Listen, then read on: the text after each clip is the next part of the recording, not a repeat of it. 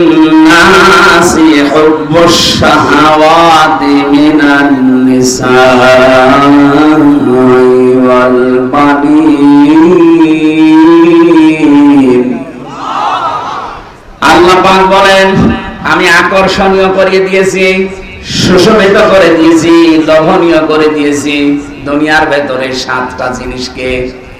এটা মানুষ যারা তাদের সবার প্রতি তাম দুনিয়ার জন্য আল্লাহ একটা দিয়েছে, সবার কাছে আকর্ষণীয় লোভনীয় বস্তু এই 7টা। 1 নম্বরে হুব্বুশ শাহাওয়াতি মিনান নিসা, প্রথম নম্বরে তোমাদের কাছে লোভনীয় আকর্ষণীয় করেছি আমি নিসা, মেয়ে লোককে। কাকে? আরো জোরে বলেন। ইয়াদের তাফসীর পড়তে গিয়ে দেখেছি তাম দুনিয়ার ভেতরে যত কিছু আল্লাহ বানিয়েছেন, বিশ্বনবী জানালেন আমার ইন্তেকালের আগে এই দুনিয়ায় আমার উম্মতের জন্য সবচেয়ে ভয়ঙ্কর এবং ফিতনার জিনিস হিসাবে আমি যা রেখে গেলাম তার ভেতরে একটা মহিলা আর একটা জমি জায়গা। আপনি দেখেন আদালতের দিকে অধিকাংশ মামলা হয় জমি জায়গা হয় মহিলা সংক্রান্ত। কথা বলেন না কেন? যেহেতু এটা লোভনীয়, এজন্য এখানে একটা পরীক্ষা। এই পরীক্ষায় যদি উত্তীর্ণ হতে চান 2টা ঔষধ আজকে থেকে অ্যাপ্লাই করবেন। এই ঔষধ আমি বানাবো এখন গাছগাছড়া দিয়ে না, এরা ডিস্টার্ব করে দিচ্ছে। এই সমস্যা কেদের? আপনি এখানে না বসলে দাঁড়িয়ে থাকেন, কিন্তু কথা শোনা লাগবে। কি আসছে শেষ কি কিসের কাজ পান ব্রো? আপনি মাহফিল দিয়েছেন না শোনার জন্য নাকি? আবার কথা বলেন। এদিকে তাকিয়ে থাকেন, যে যেখানে জাহান্নাম যাক এদিকে তাকিয়ে থাকেন। এত বড় একটা আয়োজনে ও একটা কথা বোঝে না, শোনে না। কে কি দেখতে এসেছেন? বান্ধবী দেখতে এসেছেন?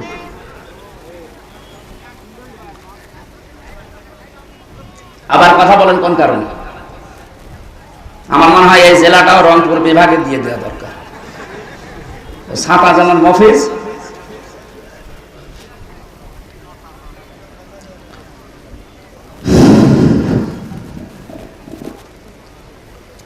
প্রথম কথা বলছিলাম বিশ্বনবী মুহাম্মদ রাসূলুল্লাহ জানিয়েছেন 2টা ঔষধ যদি তোমরা দুনিয়াতে খেতে পারো, অ্যাপ্লাই করতে পারো, দুনিয়ার জীবনে সেট করতে পারো, তাহলে এই ফিতনা, এই যে লোভনীয়, এইটা থেকে বেঁচে থাকতে পারবা। আমি জানি আমি সহ প্রত্যেকে এই রোগের রোগী। এই যে মেয়ে লোক দিয়ে আমার আল্লাহ হাজার হাজার মানুষকে আজ পরীক্ষায় ফেলে রেখেছেন। আর মেয়ে লোকের যে ষড়যন্ত্র, এটা কোরআনে উল্লেখ আছে, ইন্না কাইদাকুন্না আযীম। মেয়েদের চক্রান্ত বড় ভয়ঙ্কর।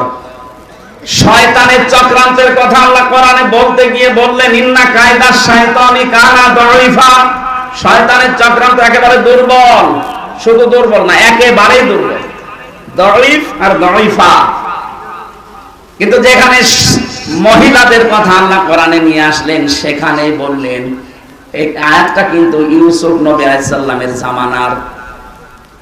ওই যে জুলাইখা যার ষড়যন্ত্র করে ইউসুফ নবীকে জেনার তহমত পর্যন্ত নেওয়া লেগেছিল, সেই আয়াত সূরা ইউসুফের ভেতরে 28 নম্বর আয়াতে আছে ইন্না কাইদাকুন্না আযীম।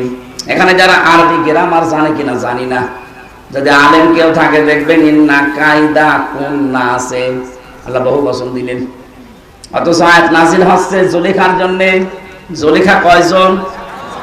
বলেন বলেন। 1 বচন, 2 বচন, এরপরে 2 এর বেশি হলে হয় বহু বচন। আল্লাহ একবারে 2 বচন বাদ দিয়ে বহু বচন লাগিয়ে দিলেন। কোন কারণে? জুলাইখা তার 10-12 জন না, কয়জন?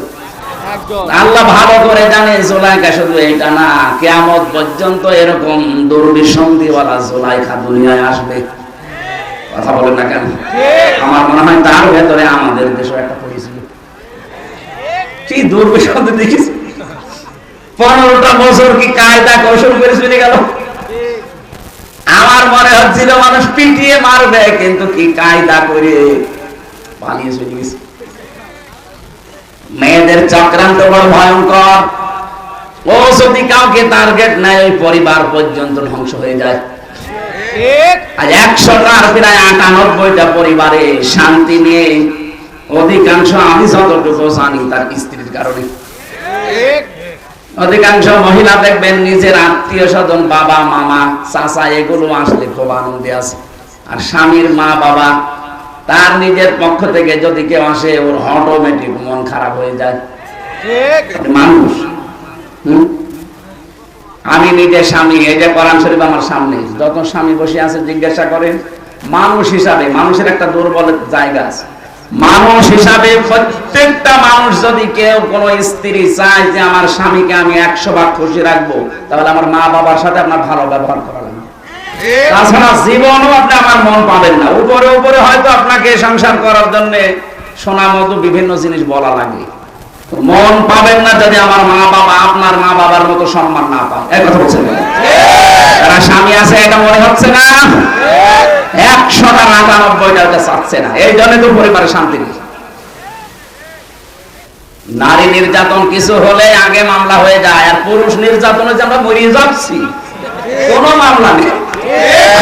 এই আইন পাস করা দরকার সামনে।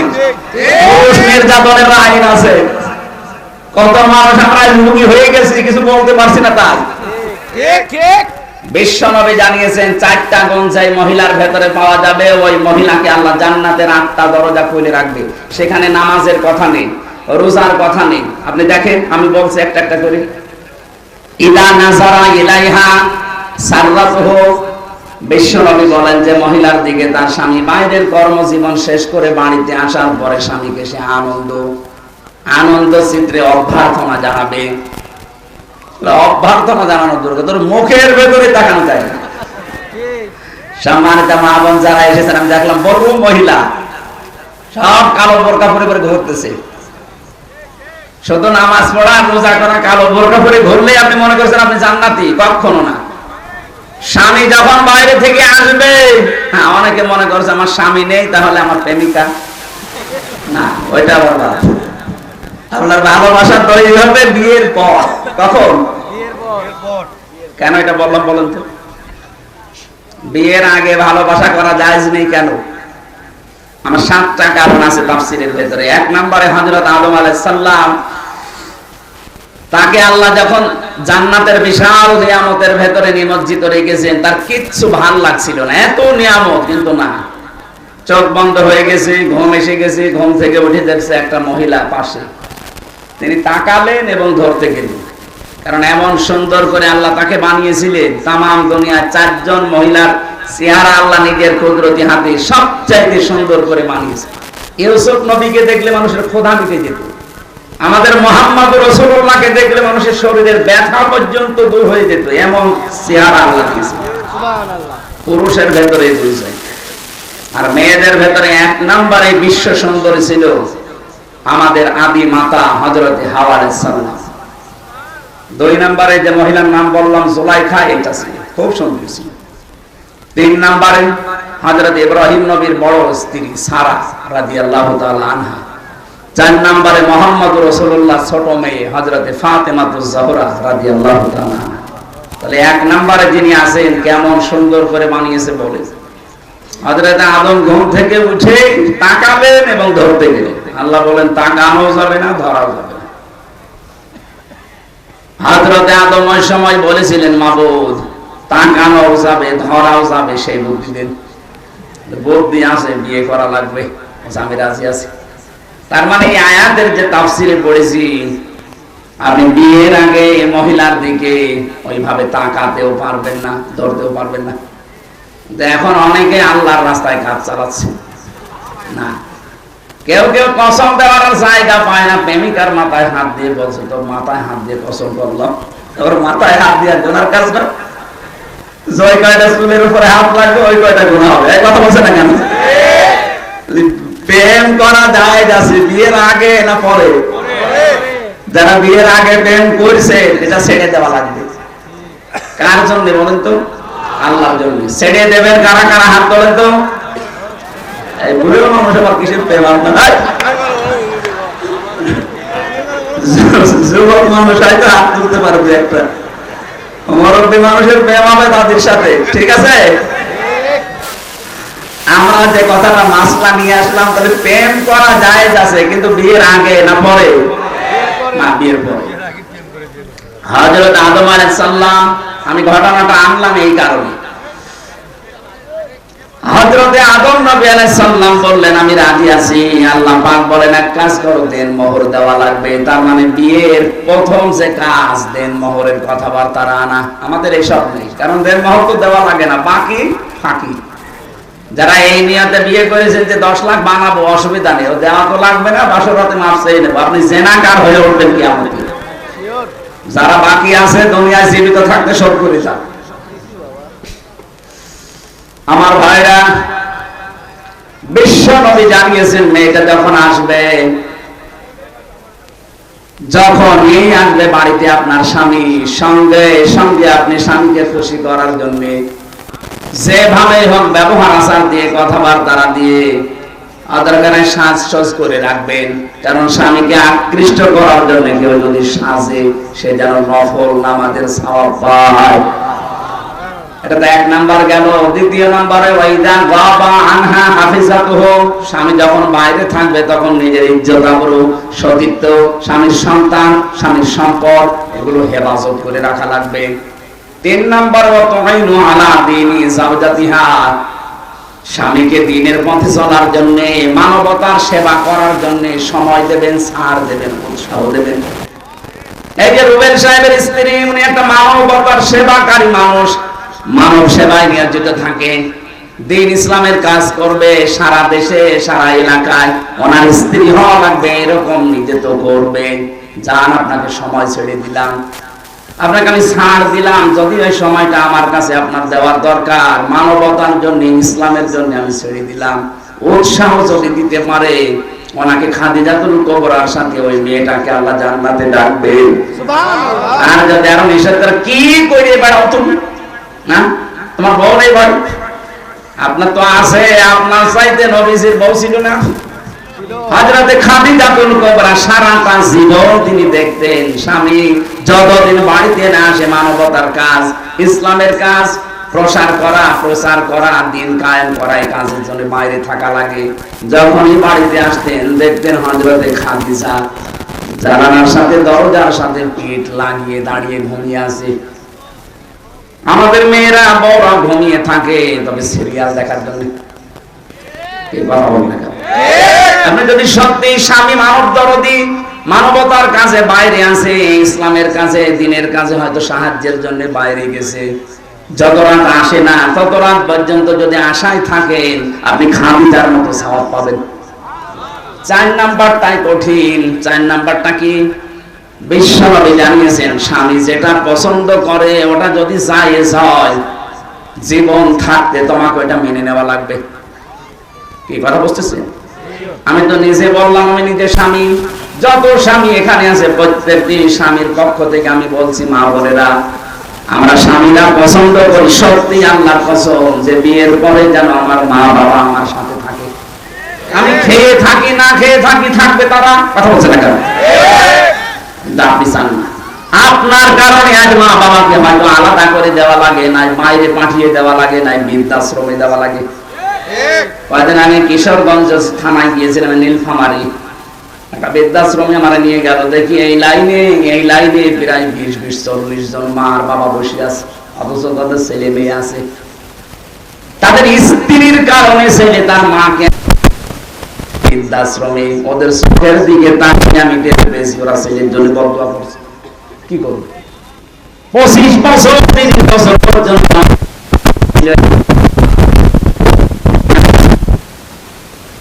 প্রশ্ন শোনো, কান কথা বলো, কানা ওই মেয়েটাকে শুধু কান পড়া দেয়, ওই মেয়েটার মা আর বলবো শুধু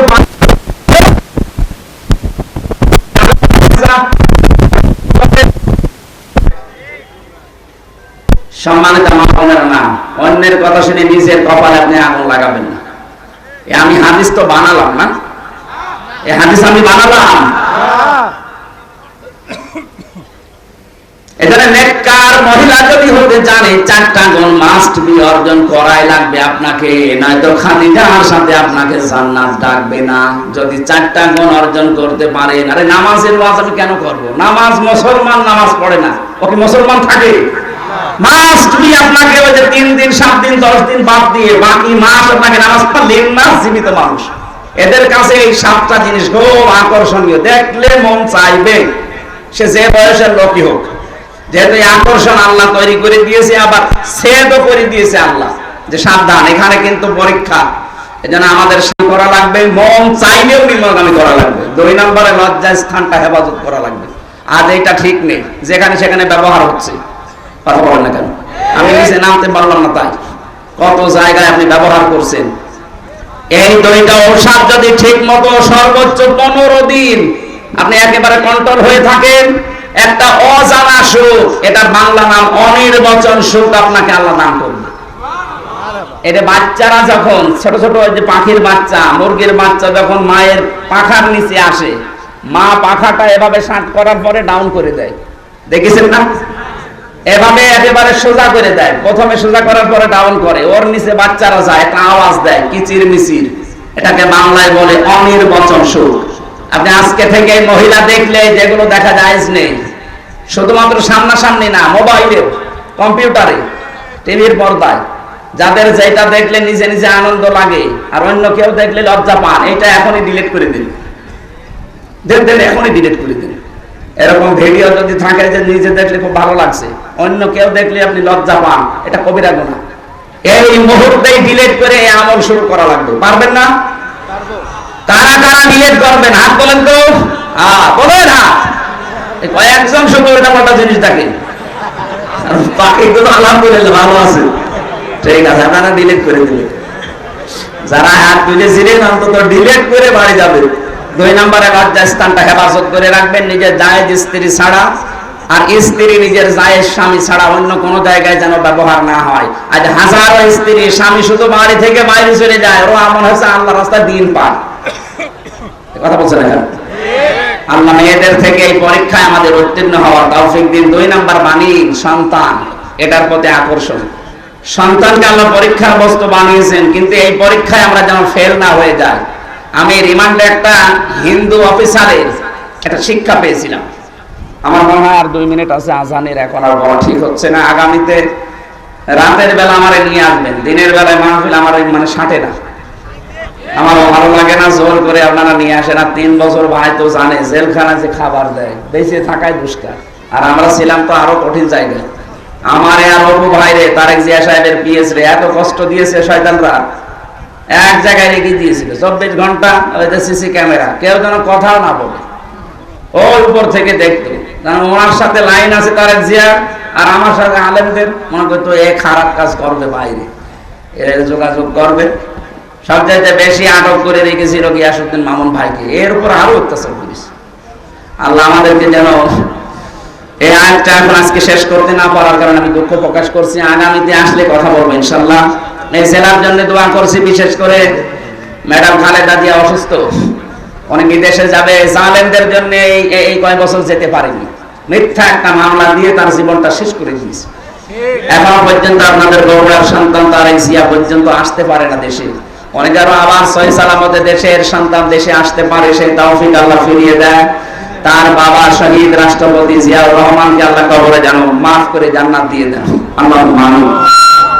আমার লিখিত বই আছে, গাড়িতে যাওয়ার সময় শিক্ষিত মানুষরা নিয়ে যাবেন। লা ইলাহা ইল্লা আনতা সুবহানাকা ইন্নী কুনতু মিনাজ জালিমিন রাব্বিরহামহুমা কামা রাব্বায়ানি সাগীরা। আল্লাহ তাআলা কোরআনে কারীম থেকে কথা বলতে গিয়ে দেখলাম চাতক পাখির মতো শুনছে। আমি যদি এখনো 1 ঘন্টা চালাতাম কোন মানুষ চলে যেত না। কোরআন শোনার জন্য বগুড়ার মানুষগুলো এত পাগল, এদেরকে তুমি ওমরের মতো মাফ করে দাও। আজকের আলোচনার সবগুলো তুমি নবীজির রওজায় পৌঁছিয়ে দাও। যত মানুষ কবরে আছে আল্লাহ তুমি মেহেরবানি করে তাদের ক্ষমা করো।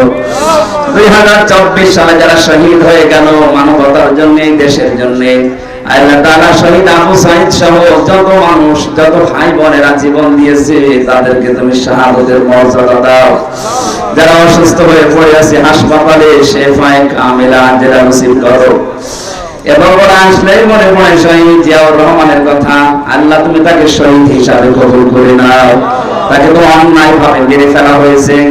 তোমার নবী জানিয়েছে কাউকে যদি অন্যায় ভাবে হত্যা করা হয় তাকে শহীদের মর্যাদা দেওয়া হয়।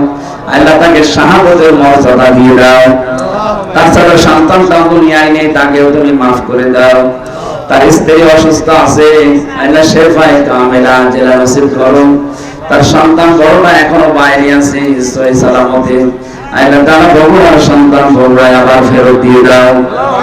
যত মানুষ এই দেশ থেকে বিদায় নিয়েছে ইসলামের জন্য, দ্বীনের জন্য, রব্বুল আলামিন শহীদ মতিয়ার রহমান নিজামের কথা মনে পড়ে। তার সঙ্গে সাথে যত মানুষ কোরআনের জন্য, ইসলামের জন্য, ঈমানের উপরে টিকে থাকতে গিয়ে জীবনটা দিয়ে গেল, তাদেরকেও তুমি শাহাদাত মঞ্জুর করো। মা বোনদেরকে তুমি পর্দায় থাকার তৌফিক দাও। আগামীতে এই অনুষ্ঠানটা কোরআনের প্রচারের জন্য আরো বিশাল আকারে কবুল করো। এলাকায় যত মানুষ মাটির নিচে আছে এই কোরআনের ইজ্জতে জান্নাতুল ফেরদাউস বানিয়ে দাও। জালেমের এই জেলখানায় 3টা বছরে আমার শরীরটা অসুস্থ হয়ে গেছে, আল্লাহ তুমি আগের অবস্থায় স্বাভাবিক অবস্থায় আবার ফিরিয়ে দাও। মাওলানা আব্দুল বারী রশিদ ভাইয়ের আমন্ত্রণে এসেছি, আল্লাহ তুমি তাকে কবুল করো। বারাকাল্লাহু লানা ওয়া লাকুম ফিল কোরআনিল আযীম। যখনই মরণ আসবে যেন পড়ি লা ইলাহা ইল্লাল্লাহু মুহাম্মাদুর রাসূলুল্লাহ। এখন আযান দেন।